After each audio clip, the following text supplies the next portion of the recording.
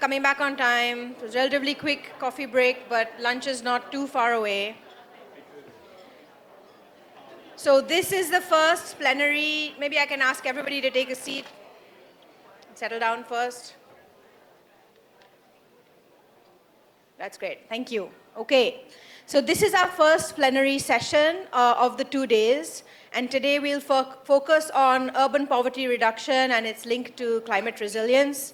And the aim of this session is basically to set a technical context, building on what we've heard this morning, for the focus group discussions and the spotlight sessions we're going to have for the rest of the day. So we have two parts to this session. The first part is a plenary presentation by a leading expert from the field, and then a panel discussion with practitioners, policymakers, and financiers to get a little bit into some of the examples and models that are emerging in the region. Basically, we want to try and do three things. We want to look at what the link is between urban poverty reduction programs and climate resilience. We want to understand some of the examples that are emerging from different countries, and we basically want to try and identify a couple of opportunities, one or two or even three would be great, where we can all work together and scale up areas around urban poverty reduction and climate resilience that you will then work further on in the spotlight sessions and working groups later on today.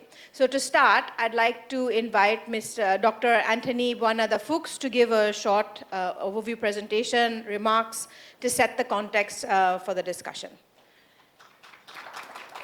Thank you, Dr. Fuchs.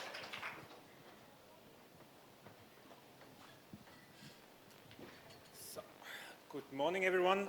I'm a late substitute, so this presentation with some back and forth took only shape or finalized shape some hours ago. So we'll be reading more than I used to. I will use this presentation first to connect to poverty reduction programs to make the case why considering jointly with climate adaptation makes sense. And then in the second part of the presentation, I would like to provide more context how I see why Asia as a region has a lot to contribute, what are the specific challenges and opportunities, and to close, given the audience today, also what the role of the government could be. So the main point of this short introduction is that urban poverty reduction and climate adaptation programs need to be resilient themselves in order to contribute to lasting change. Resilient programs require institutional continuity, commitment, transcalarity, and versatility in meaning and impact. So as we all know, poverty is, and what has also been mentioned before, is a manifestation of a multifaceted problem. The list of causes of poverty is long, ranging from a pursuit of exclusionary economic policy, lack of access to markets and income-earning opportunities, inadequate support of small and medium-sized enterprises, lack of finance and infrastructure, low human capital. We could definitely add to this list. Consequently, poverty reduction can be seen as a visible result when underlying challenges are adequately tackled. In other words, the main challenge in poverty alleviation is not per se the lack of financial resources, but of multidimensional exclusion. This makes reducing poverty a highly complex undertaking, requiring addressing and prioritizing multiple aspects and considering short and long-term measures. So what can we learn from the past? Depending on the definition, we can look back to decades of poverty reduction programs. The impacts of fast industrialization of the 19th century not only led to development of modern urban planning systems, but also to the first intervention to alleviate workers' poverty by targeted intervention in the built environment. Over the last decades, many poverty programs have been implemented with different level of success. Many more intervention do not qualify as poverty reduction programs per se, but still contributed to lift millions out of poverty. What are the recurring program elements and factors of success? So the program elements consist, on the one hand, obviously they focus on economic growth with careful consideration of the informal sector and also inequality. Inequality within the population itself, but also within the space of a country. They pushed forward institutional reforms, deregulation, and tried to achieve a right-sized government. We have already heard the importance of breaking of silos by improved intra-governmental coordination and stakeholder engagement. An opportunity infrastructure and skill building was often rolled out. Financial inclusion, in particular, the development of microfinance products and social protection programs. So what are the success factors? Looking at the project level of past attempts, it's difficult to identify successful interventions that did not start with and focused on local communities. In such projects, the community participation in all phases and already in the decision-making and the project designs is relatively fundamental. With some smaller reservation, the community knows best what is needed, and impactful projects developed a toolbox or at least a differentiated intervention options based on their insights. The same logic applies to climate adaptation, as several ongoing interventions try to tap into local and indigenous knowledge in how to understand and tackle climate change. Another important success factor is the investment in data collection and knowledge product, because it is very difficult to change a situation if you do not grasp the extent of it. Where climate adaptation interventions are of more recent nature, they have a lot of it in common with poverty reduction programs. Both need strategic approaches aimed at transformative change. Interventions need to be well strategized and planned. As the poor, particularly the ones living in informal settlements, are generally the hardest hit by climate change, while possessing the least resources to amortize those shocks, they form a natural focus. So in that sense, many of the climate adaptation plans implemented around the world will translate into poverty reduction. But there are more reasons for poverty reduction and climate action to be jointly considered. So they require comparable, broad, and systematic interventions and aim towards transformative change. There's also a high spatial congruence of poverty and climate risk exposure due to the development logic of informality. Also, not something to discard is that they are theoretically highly compatible. Discussion with key concepts of vulnerability that will facilitate the alignment of concepts and agree on common approaches. And also what you have seen is, like, given with changes of priority, and there is also the possibility to repackage development priorities within the climate action debate. So all in all, there is a high level of convergent and synergies possible. So now let's draw our attention to Asia, where I think there are very interesting constellations that on the one hand represent opportunities and challenges. And we will hopefully in the upcoming panel discussion will shed some light how poverty reduction and climate adaptation could be combined. So first of all, Asia has a deep and broad tradition in community-focused development, and in many countries with a strong gender component. Asia is also an urban powerhouse with the world's largest metropolitan areas, and also with a large tradition in governing them. So much can be learned from these experiences, and particularly trying to implement trans-scalar intervention. Also, no other world region has a higher urban density. This causes an extreme stress on social and physical infrastructure, and more generally on planning capacities. To slowly conclude, I would like to relate climate change in an urban context. So all these aforementioned urbanization trends have specific and direct interaction with climate risk and vulnerability to climate change. especially of the poor and vulnerable groups. Firstly, poor and vulnerable people often reside in marginal areas, in the places that are most exposed to hazards, such as sea level rise and storm surge in unprotected coastal zones or unstable hillsides that are prone to landslides following intense rainfall. Secondly, to a loss of land and livelihoods, climate change impacts are contributing to urban migration, placing further strains on existing infrastructure and services, and expanding informal settlements in areas highly exposed to climate hazards. To conclude, and also considering the composition of the audience, we see that governments are the fundamental agents of change. While there are options to reach the local level without government support, we can agree that it can be done much easier, much deeper, and much better if governments are engaged in proactively supporting such activities. Their priorities will determine how poverty and climate change is addressed. Poverty reduction and climate adaptation programs, in a narrow understanding, will be insufficient to tackle their respective challenge.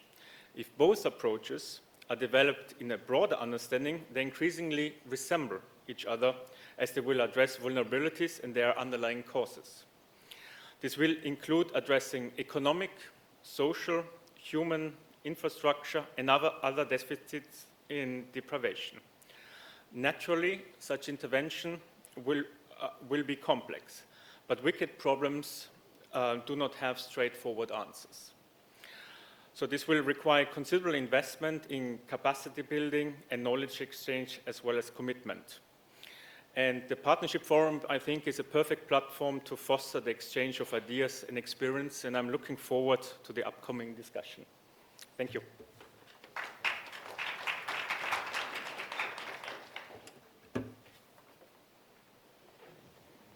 Thank you very much, Anthony, for your succinct, but I think nice and comprehensive remarks that will set us up for the panel discussion. So a couple of reflections from my side on what I heard. I mean, one thing that sticks with me is a point that Orgo made this morning, that what we're finding from CRPP is increasingly adaptation investments need to be as much about development and vice versa. And what strikes me from what you were saying, Anthony, in your remarks, is that the urban poor lens is the perfect lens to look at when we're looking at this principle. There is no way you can design an urban poverty reduction program in today's Asian cities that doesn't consider climate change, and vice versa, an urban climate resilience program that doesn't take into account the poor. So that, I think, has set us up really well. Two more things I heard that I want us to maybe reflect on in the panel discussion, advance notice to the panelists. One is the need for systemic interventions, and that poverty reduction in an urban setting can't be done unless you're addressing 4 or 5 things pretty much at the same time and looking at multiple stresses on a context of a community living in an urban area.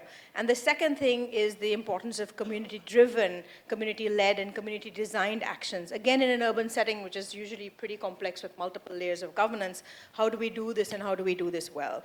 So to set us up, to start off getting some more details on this, on these issues, I'd like to invite the panel for discussion today, starting with Mr. Sunil Kumar Yadav, who is representing India today, and he is from the Ministry of Housing and Urban Affairs. Thank you, Mr. Yadav. Mr. Jacob Akinye from Papua New Guinea, who's actually representing the Ministry of Environment from the Department of Climate Change, so a slightly different lens to the same problem. Mr. Akinye, thank you for joining us. Ms. Lakshmi Sharma from the Asian Development Bank, who's from our Water and Urban Development team, and so bringing that context. Ms. Karen Schelzig, who's from the Director of and I should know this by heart, Human and Social Development at the Asian Development Bank, working on the Southeast Asia, East Asia region.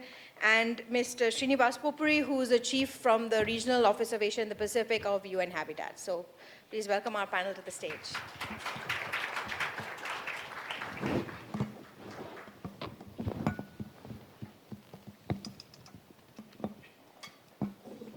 So the way we're going to do this is, there are to set us off, some preset questions, which the panelists already know, but I might tweak them just to see if you really are listening to what I'm saying.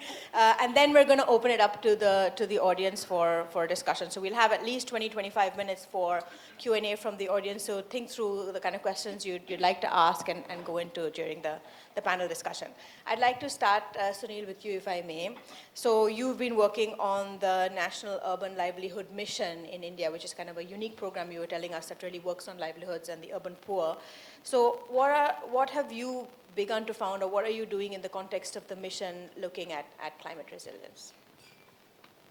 At the outset, I would like to thank ADB to organize such a program and giving us opportunity to share our common vision, because Asian countries have some common challenges. Either it is drought, either it is flood, either it is migration of people coming from rural area to urban areas, and social, occupational, and residential vulnerabilities facing by these communities in urban area. Because in urban areas, the problem is that the people coming from different side, they lack cohesion. In rural area, there is a trust level. In urban areas, this is a challenge to how to make a community who can deal with the occupational, social, and residential vulnerabilities. So I am a director, National Urban Livelihood Mission in the Government of India. So we are leading a program, National Urban Livelihood Mission, which is going through 4,800 urban cities.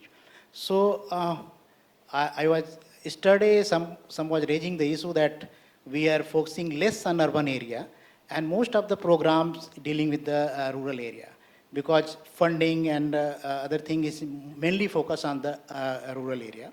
So this is good opportunity for us to talk about urban area, because India is growing fast, and in coming days, next 25 years, where the most of people, we are going 53% all around 2050, we are going to live in the cities. So we have to talk about how we are going to make our cities more resilient through the community participation.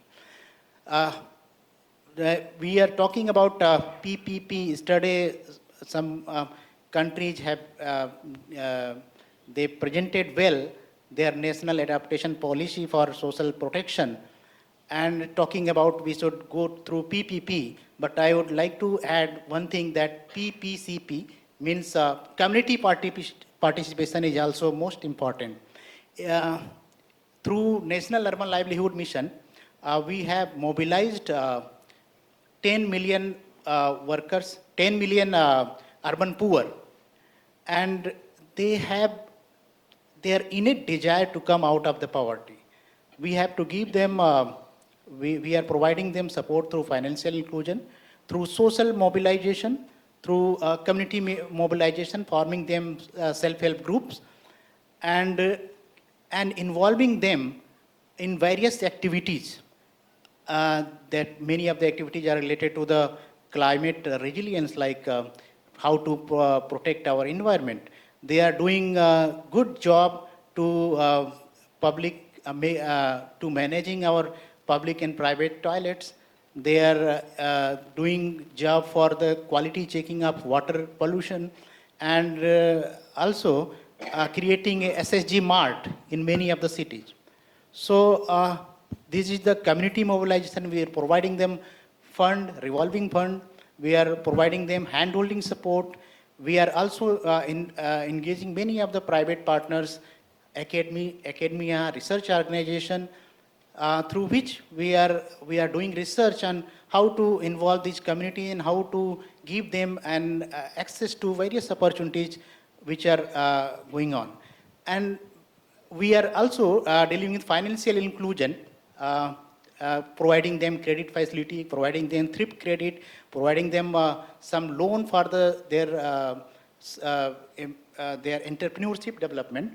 So also there is a challenge. Earlier there was a challenge that we are doing in silos.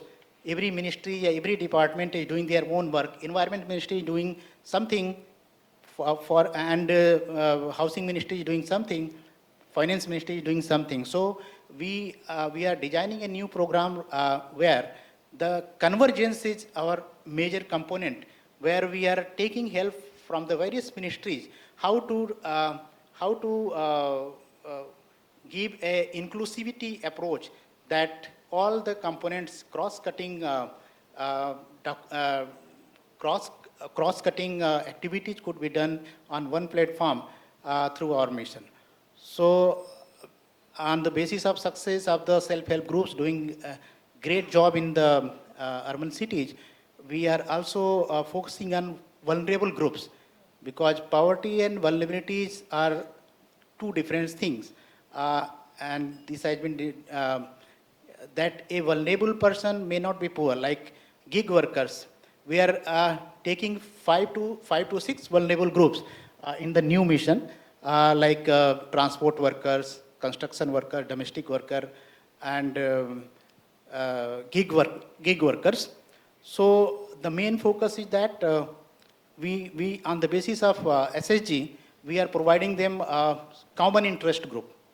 And we are creating common interest group, approaching these through these five or six components which are dealing in the National Urban Livelihood Mission. And this project is on pilot phase. We are going through 25 cities of India, and learning has been come. This is very motivating for the government that this program should be run. So that is from my side.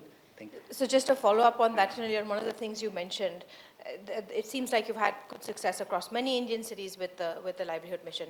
Can you tell us one factor related to the scalability? How did you manage to scale it up? What was one of the things you did to help scale it up?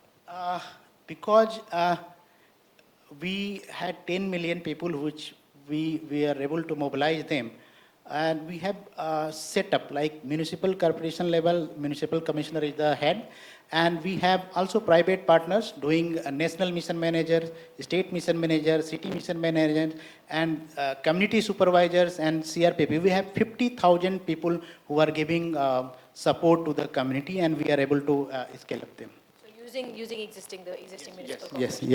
That's great. Thank you so much for that, Sunil. So, Mr. Kini, Jacob, if I may, you're from Papua New Guinea, and like many other countries in the Pacific, much of the urban population is actually based in coastal areas, facing very, very severe hazards, sea level rise, but also extreme weather, storms, etc. So, what are some of, and many of those are poor. So, what are some of the challenges you see in communities in PNG facing as a result of climate change, living in urban areas, and some of the actions your government's taking to try and address that? Thank you, Madam Moderator, and distinguished guests, ladies and gentlemen. I am with the Climate Change and Development Authority, and we have been in this business since 2009. And my expertise is in the climate change actions, adaptation actions, reaching out to the provinces and communities. But for the urban towns and cities, my story would be a bit would not be exciting. It's a developing country, and we have our own challenges. The biggest challenge that we have for a town like Port Moresby and other 14 maritime provinces in Papua New Guinea is rural-urban migration. People seeking, a lot of opportunities and coming out to towns and cities looking for opportunities and employment and so forth. But that results in, it compounds the problem. There is no limited resources, employment opportunities, and people find themselves in problems that they cannot recover. And this is a big challenge for the government. And for us in climate change, of the 9 priority risks related to climate change that we have, which is also instituted or legislated under our Climate Change Management Act, is around cities and climate change. We have not really jumped down to advance what we really would like to see. But what we have seen is pollution in terms of used cars, rubbish, and all those plastic pollutions and so forth. So that is the challenge that we have in country. And for this, for urban situation, we have town and urban authorities that we need to work with, because the function is vested with them in terms of joining and looking after the population. So we would come in so far as pollution is concerned and waste management is concerned. And of course, we have this network where we, in Port Moresby, we talk with the National Capital District Commission, which is the town authority. And we have other provincial towns, but for Port Moresby, this is what we have, and we engage with them. We have bilateral discussions as well as in groups. So we also involve the Conservation and Environment Protection Authority, where they come maybe on plastic pollution and so forth. So we work in partnership to do that. For us, we would be looking at the drainage system that we have with the increasing intensity, frequency, and magnitude of the climate adversities. We need to think and move away from business as usual, and that we are well aware. And for me, in climate change, we try to continue to bring that message out to the population, and we try to climate-proof the critical infrastructures that we have within the town boundaries. And of course, zoning comes in, and with the problem of rural urban migrants, you need to put them in proper place. They come and settle on wastelands and areas that they illegally sort of stay around to have access to those. So the problem is it gets out of hand. So this is where, like I said, we all need to come together, and I think the town authorities are the people who are at the forefront of this, and we continue to have discussions on how we could deal with the rural urban migration, because that is a kickback of the planning and what they were thinking as they were, establishing the city, not in anticipation of the population coming in. So that's a big challenge, and the government has recently moved to come up with a Vagrancy Act for repatriation of people who are unemployed and who are not engaged in any meaningful activities in the city, to be sent back to where they are coming from. But the biggest challenge we have is, I don't know, but for PNG and some other developing countries, is that all the social services and the things that's provided is concentrated in the urban towns and cities, and it's not getting out to the rural settings. So this is why people are compelled to come to access these services, and that's a big problem that we have, and our government is continuing to look at that. Yeah. Thank you very much, Jacob, for that, and to give us the spotlight on the PNG case especially. And I find it interesting. There's a bit of a contrast in that there is migration is also an issue in India, of course. We continue to have that, but there's so many government programs that are focused really on rural, and what you're saying is we need a bit of reversal, whereas maybe in PNG there needs to be the other way around, as much of a focus maybe on rural development, so that to stop the inward migration, if that stops it at all. But thank you for flagging that. If I can move maybe to Lakshmi from your perspective and the work that you've done, particularly in the fact that coastal communities face a variety of different risks, but as do other communities that are urban and especially along water bodies, water resource management is really critical. So what opportunities do you think there are for developing large-scale government investments? We've heard some examples already, but that really include a local level, community-driven approach from the programs you've worked on? Thank you, and thank you for the both speakers in the front to setting the context itself. So I said perspective is the engineering solutions in the traditional way, they don't talk each other. I mean, they are not interacting each other itself. So we are forgetting about the human values, social context in the engineering design in the traditionally. So what is happening was the infrastructure as keeps on building, just like a stormwater drainage on the traditional way. But the moving forward, it's not based on the data which has in the past, but climate change is in the forth looking forward.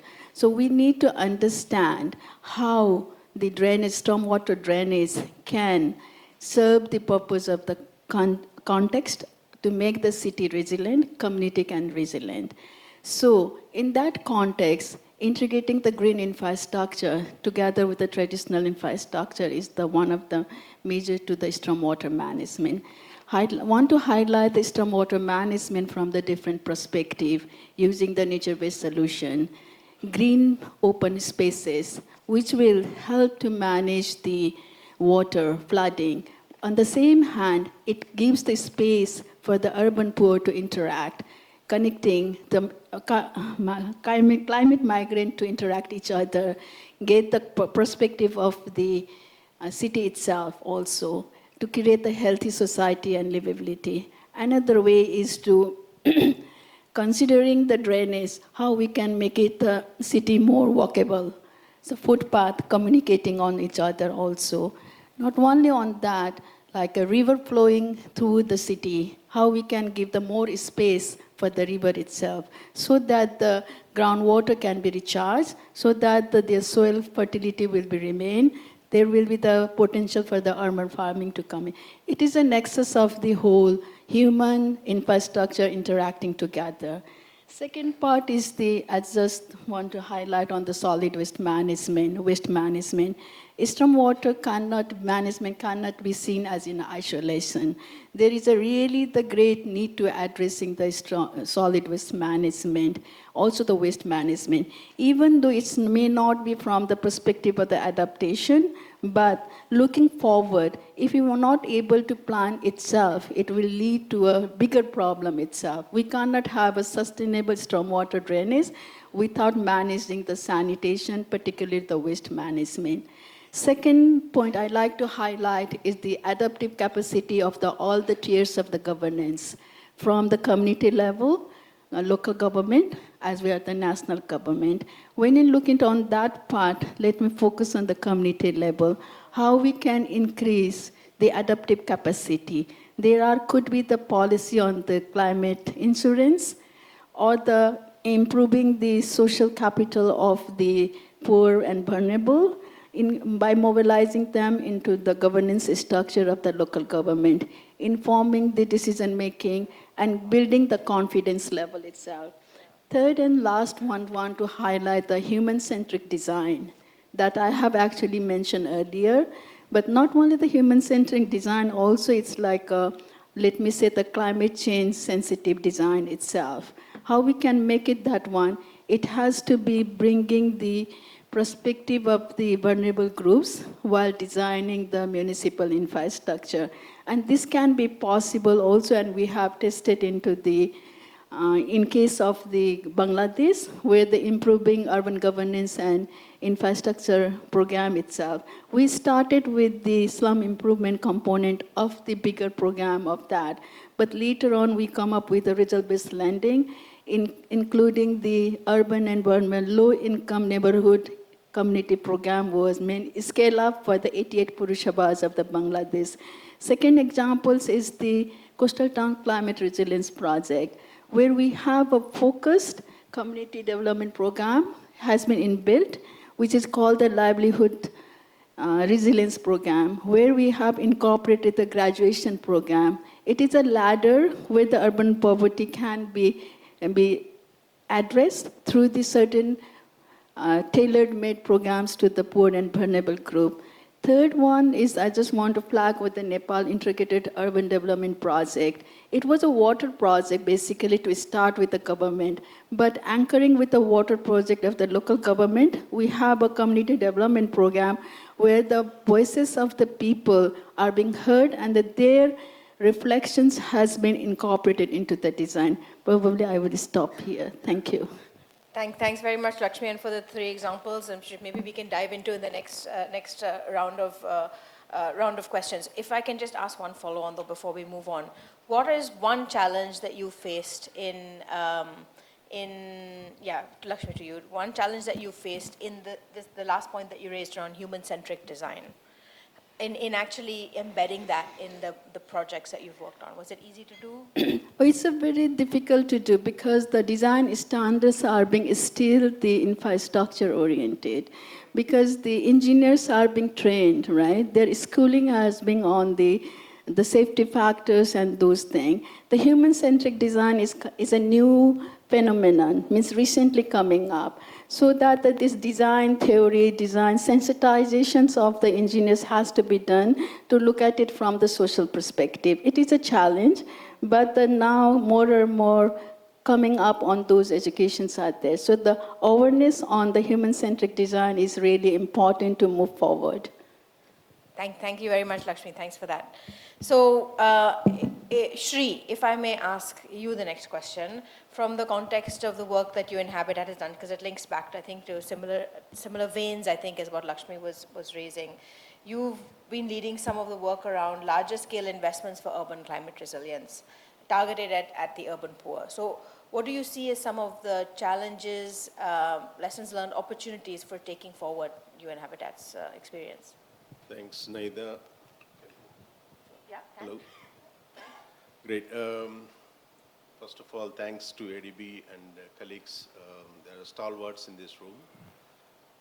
Let me also recognize some people in absence here. I heard that Somsuk is not here.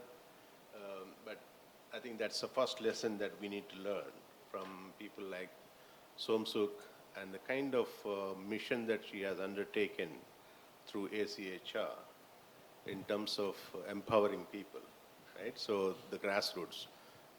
We heard from Madeline, as the first speaker. So the fundamental of all that community empowerment comes from trusting the people. So this is one thing that we felt, and this is exactly what we have been doing for the last 20, 30 years, learning from the people, and especially with the knowledge that all of you and many of our old generations have in the country. So one such incident was in 70s and 80s when we started off with the Million Housing Program in Sri Lanka, when President Premadasa felt, how do you build 1 million houses in 1 year time? So let me put that into context of today's question. And Arga was mentioning this morning, imagine if you have $30 to $40 billion given to CRPP to implement all what we have been talking. Can any government, can any institution, can any NGO or UN has that capacity to deliver within a year or two? The only way it is possible is to have these people, the grassroots people, the community-based institutions, to be empowered and making sure that they have been given that enabling processes, enabling business products, and also kind of off-budget, off-treasury systems. The current mechanisms in many countries that what we have is on-budget, on-treasury. And when we compared and when we did the study with some of the universities, and I think Pat was mentioning this morning, 10% is reaching to the communities. We found 22 cents of a dollar is reaching to the communities. If you go through on budget, on treasury, because of the delays and because of the transaction costs.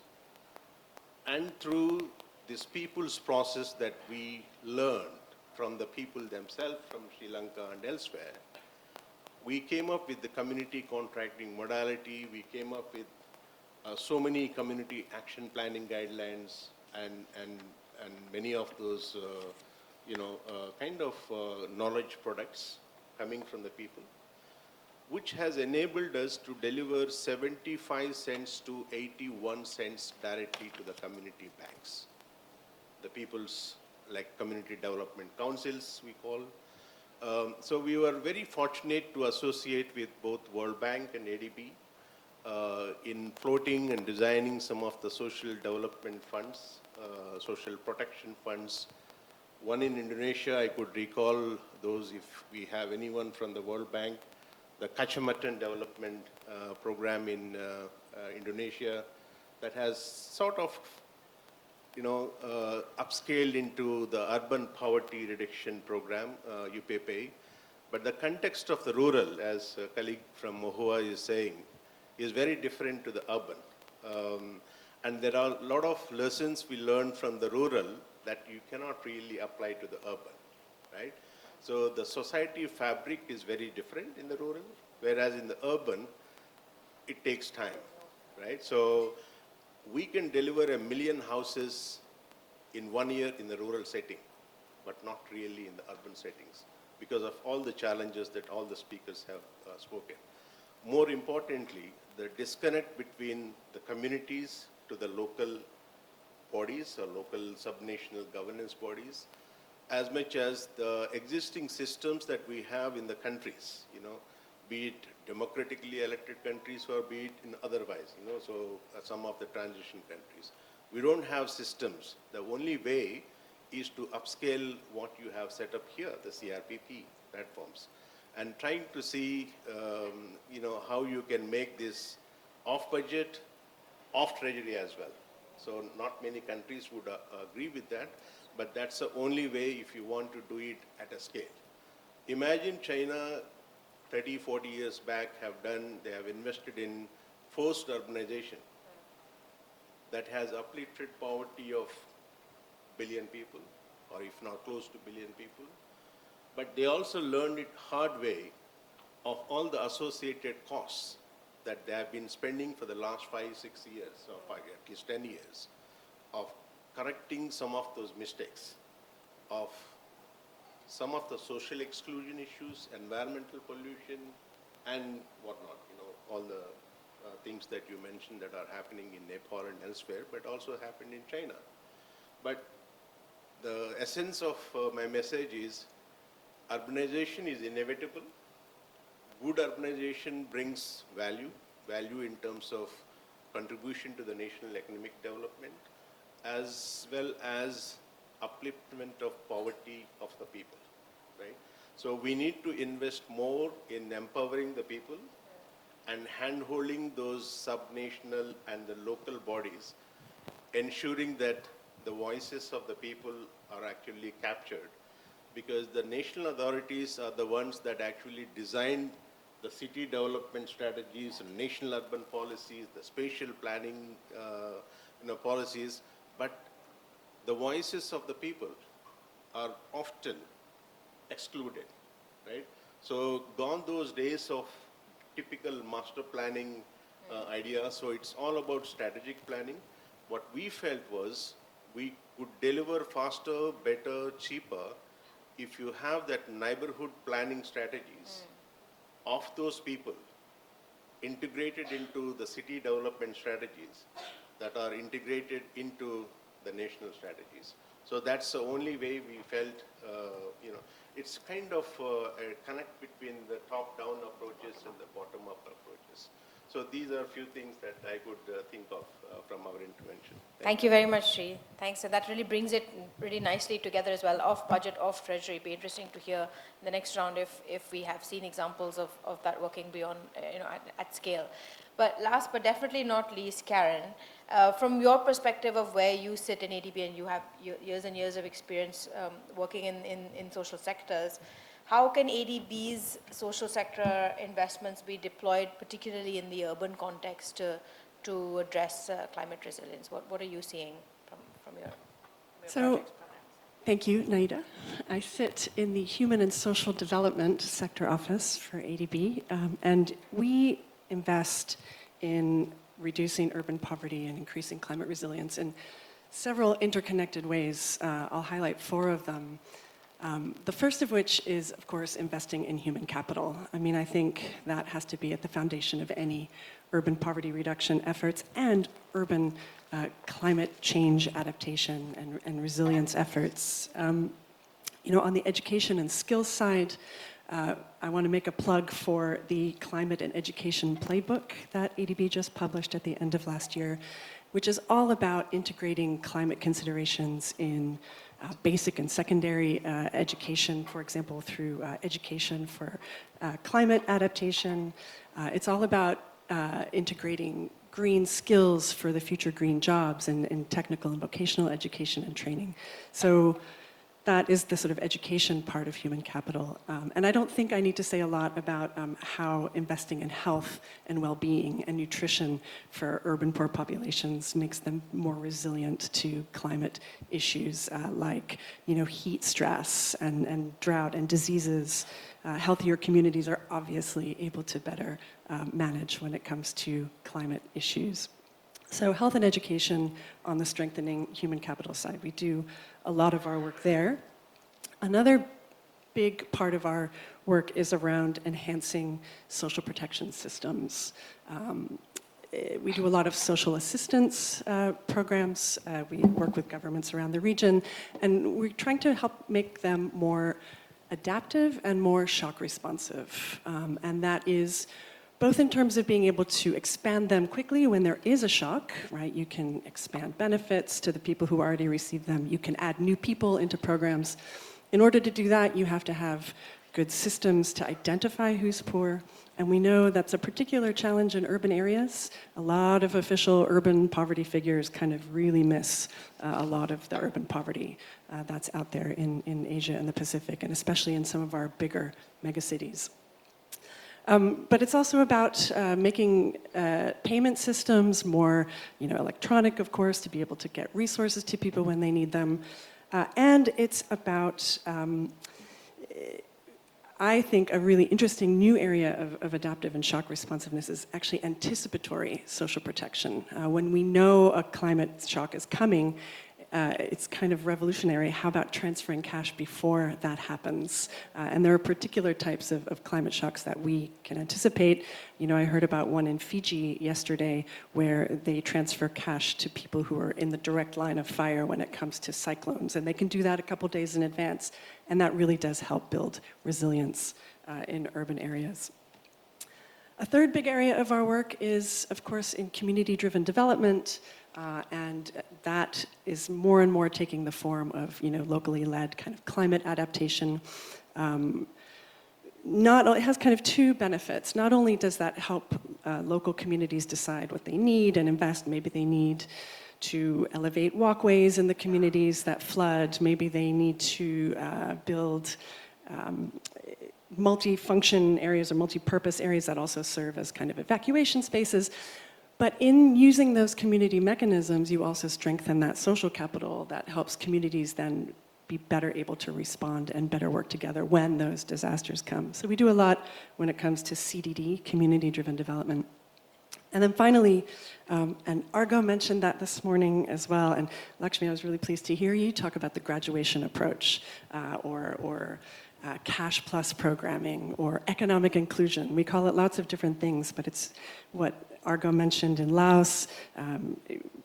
It's building on those cash transfers with all these additionalities that help together strengthen households on, you know, sort of multiple dimensions. We know poverty, and especially urban poverty, is multidimensional, so we need to then also implement these kinds of approaches that help urban households diversify their livelihoods, you know, away from climate-sensitive ones toward more climate-resilient ones, but also just in general diversify income sources to make the households themselves more resilient when such a shock comes. And there, in these graduation-type programs, they have traditionally, they started in rural areas, right? Bangladesh, BRAC, the Ultra Poor Graduation Initiative. More and more, we're working on these in urban areas, and we have one ongoing pilot in Ulaanbaatar at the moment, working with 3,000 families, really trying to help them diversify their different income sources. But the key in all of these programs is this coaching element that comes with it, right? The coaches, these can be social workers or other, it can be, in Mongolia, we're working through a local NGO, working with families to really help them along this trajectory of working their way out of poverty and building on their strengths and giving them the confidence. You know, I always say we could all use a little coaching every now and then, but when you're poor and you're in an urban area and you're stressed and you're thinking day to day, you really need some help to look sort of beyond that daily survival aspect. And the coaching element also can bring in sort of life skills and climate adaptation skills and strategies, and can really pull it all together. One last thing about the graduation approach, we are also testing it in the context of resettlement. Now, resettlement is always a last resort. Of course, we're not sort of encouraging that people should, but when sometimes people do have to move from particularly climate vulnerable areas, and there's not much we can do about that. But the idea is then to have a holistic program like the graduation approach that can work with families in new locations and help provide not just the basic income, but the connection to local services, the training, the skills, the financial inclusion, all the good things we like to do when we do graduation programming. So those are 4 big ways that we work in the Human and Social Development Sector Office to support urban poverty reduction and community resilience. Thank you very much, Karen, and for summarizing. And I think the points that you raised actually came up in several examples we heard today. So that's a good way of bringing it all together. I'd like to open it up now to the audience for question and answers. If anybody has anything they'd like to raise, keep it very brief and introduce yourself to start with. We take a show of hands to start with. Otherwise, I have some of my questions of my own, but give everybody a minute.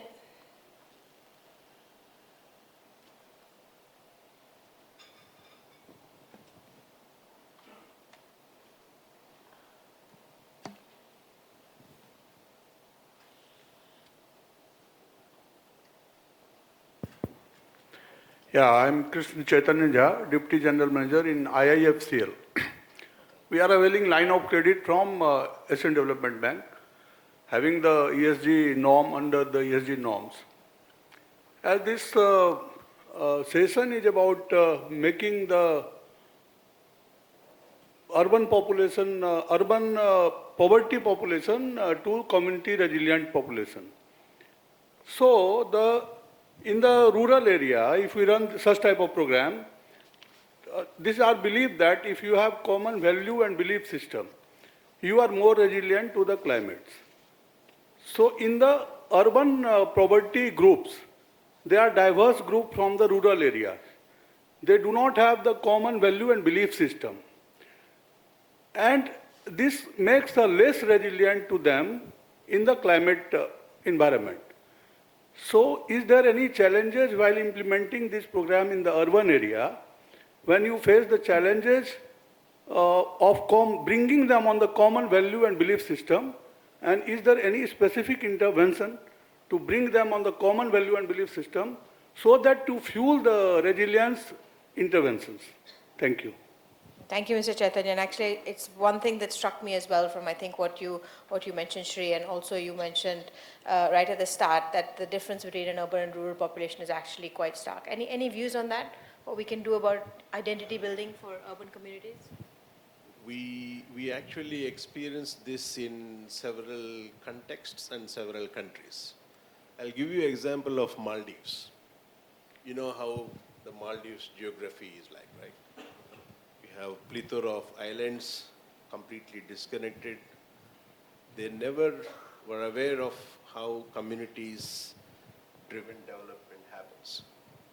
So after the tsunami, they have this, mammoth task of rehabilitating and repairing and constructing 7,000 plus houses. And these are urban houses. Huh? Each house will cost you anywhere around $20,000 above, right? So the repair will cost, let's say, $5,000. No government mechanism can actually deliver it, and people are in dire need. What we did with the support of several of the